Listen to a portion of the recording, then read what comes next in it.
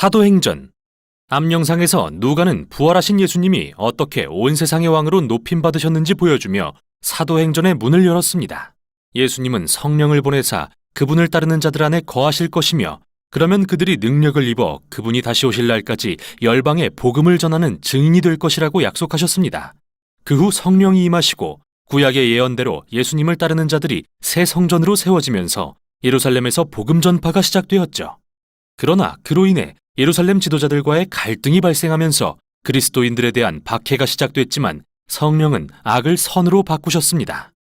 이는 오히려 유대인 중심의 예수 공동체가 예루살렘을 떠나는 계기가 되어 국제적인 다민족 운동으로 확장되었기 때문이죠. 그 결과 로마 제국에서 가장 큰 도시 중 하나인 안디옥에 다민족 교회가 세워지고 바나바와 바울은 안디옥 교회를 섬기게 되었습니다. 이 교회는 성령의 감동을 받아 이 둘을 선교사로 파송하게 되는데, 이때부터 완전히 새로운 장이 펼쳐집니다. 바울은 그의 동료들과 함께 로마 제국의 여러 도시를 여행하면서 예수가 왕이시라는 복음을 선포합니다. 1차 선교는 현재 터키 영토인 소아시아 내륙 지역을 여행한 뒤 예루살렘에 가서 중요한 회의에 참석하는 것으로 마무리됩니다. 2차 선교는 소아시아를 거쳐 고대 그리스를 방문하고, 3차 선교는 복음을 전했던 지역을 재방문한 뒤 바울이 예루살렘으로 돌아가는 여정으로 끝나죠. 이 이야기들을 읽다 보면 누가가 강조하려는 여러 주제가 반복되는 걸 발견하게 됩니다. 첫째, 이스라엘을 위한 사역이 계속됩니다. 바울은 새로운 도시에 도착하면 가장 먼저 유대인 회당에 가서 부활하신 왕 예수님이 어떻게 모든 민족으로 새로운 하나님의 가족을 세워가시는지 전합니다. 그러면 대개는 많은 사람이 예수님을 메시아로 영접하지만 일부는 그를 반박합니다.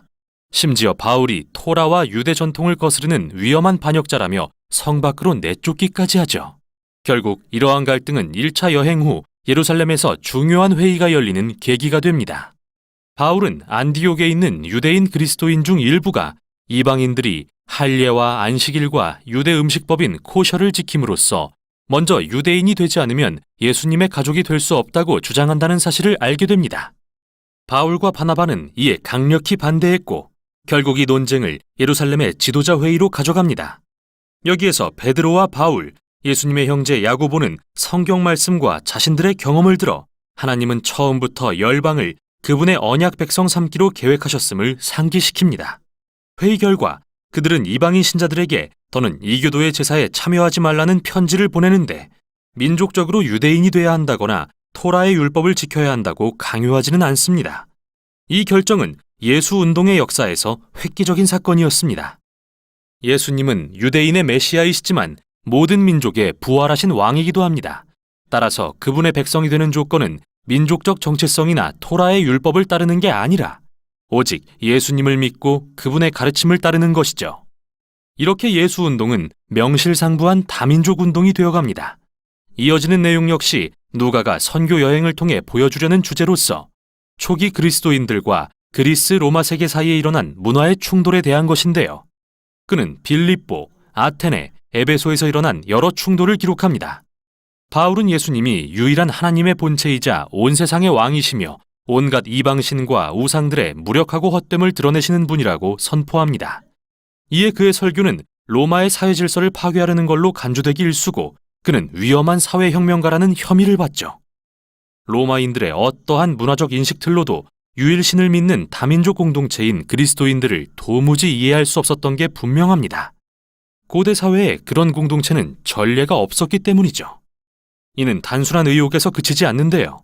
누가가 반복하는 또 다른 주제는 바울과 그리스도인들이 얼마나 지속적으로 로마 황제에 대한 반란, 심지어 반역죄로 고소당하는가입니다. 사람들은 바울의 말을 똑똑히 들었습니다.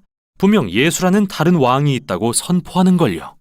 또 그들은 그리스도인의 생활 방식이 로마의 문화적 가치에 대한 도전임을 분명히 보았습니다. 그러나 로마 관리들이 바울을 붙잡아 신문해봐도 어떠한 위협도 찾을 수 없었고, 그는 매번 풀려나죠. 세상에 비친 초기 교회의 역설적인 모습이 이 이야기들에 드러나는데요.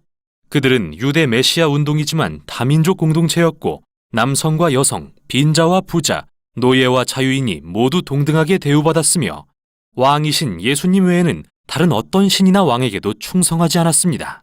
그래서 그들의 존재만으로 로마 문화의 핵심 가치들이 뒤집히고 맙니다.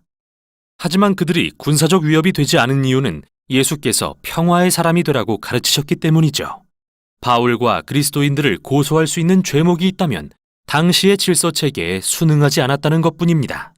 이 책의 끝단락은 예루살렘에서 로마까지 전파되는 바울의 증언에 다시 초점을 맞춥니다. 그가 선교 여행을 마치러 예루살렘에 돌아왔을 때 이미 그에 대한 여러 소문이 돌고 있었습니다.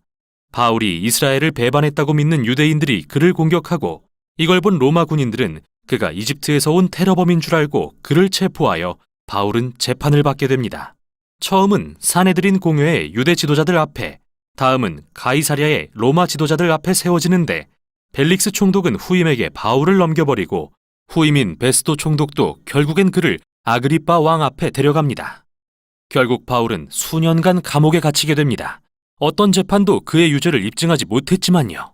그가 한 거라곤 부활에 대한 그의 소망이 왕이신 예수를 통해 성취되었다고 선포한 것뿐이어서 결코 범죄라고 보기도 어렵지만 로마의 법체계상 이 시점에 그를 돌려보낼 수는 없었기에 바울은 로마 최고법정에 항소하기에 이릅니다. 여기서 여러분은 이 투옥 기간이 다시 길을 떠나 새로운 예수 공동체를 세울 생각으로 가득한 바울에게 걸림돌이 됐을 거로 생각할지도 모릅니다.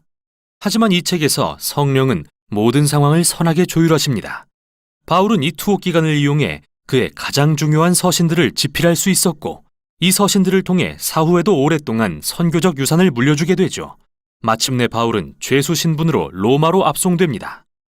지중해에서 죽을 고비를 넘기는 끔찍한 항해를 마치고 로마에 도착해 가택연금 상태로 연기된 재판을 기다립니다. 덕분에 그는 꽤 좋은 집에 유대인과 이방인들을 초대해 정기적인 모임을 열 수 있었죠. 그러고 나서 사도행전은 바울이 아무런 방해도 받지 않고 아주 담대하게 하나님 나라를 전하고 주 예수 그리스도에 관한 일들을 가르쳤다는 말로 끝을 맺습니다. 모두 로마 황제의 코앞에서 말이죠. 하나의 책인 누가복음 사도행전은 단지 예수님과 초기 교회의 역사 이상의 많은 내용을 담고 있는 책으로서 어떻게 하나님 나라가 예수님의 삶과 죽음과 부활을 통해 하늘에서와 같이 이 땅에 도래했는지 보여주고 있습니다. 그분의 영이 오셔서 교회가 능력을 받아 예루살렘에서 땅끝까지 이르러 증인이 되게 함으로써 말이죠. 또 누가는 이야기를 전하면서 왕이신 예수님에 대한 믿음이 어떤 모습인지 많은 예를 제시합니다. 그것은 부활하신 왕 예수 그리스도의 복음을 말 그리고 행동으로 전하는 것이며 온갖 종류의 사람들이 모인 다양한 예수 공동체를 세워 모두 동등하게 대우받고 왕이신 예수님께 충성하며 그분의 가르침을 따라 사는 것을 의미합니다. 그리고 이 모든 일은 앞서서 이끄시는 성령의 능력과 인도를 신뢰함으로 이루어집니다. 이게 바로 사도행전이 전하는 내용입니다.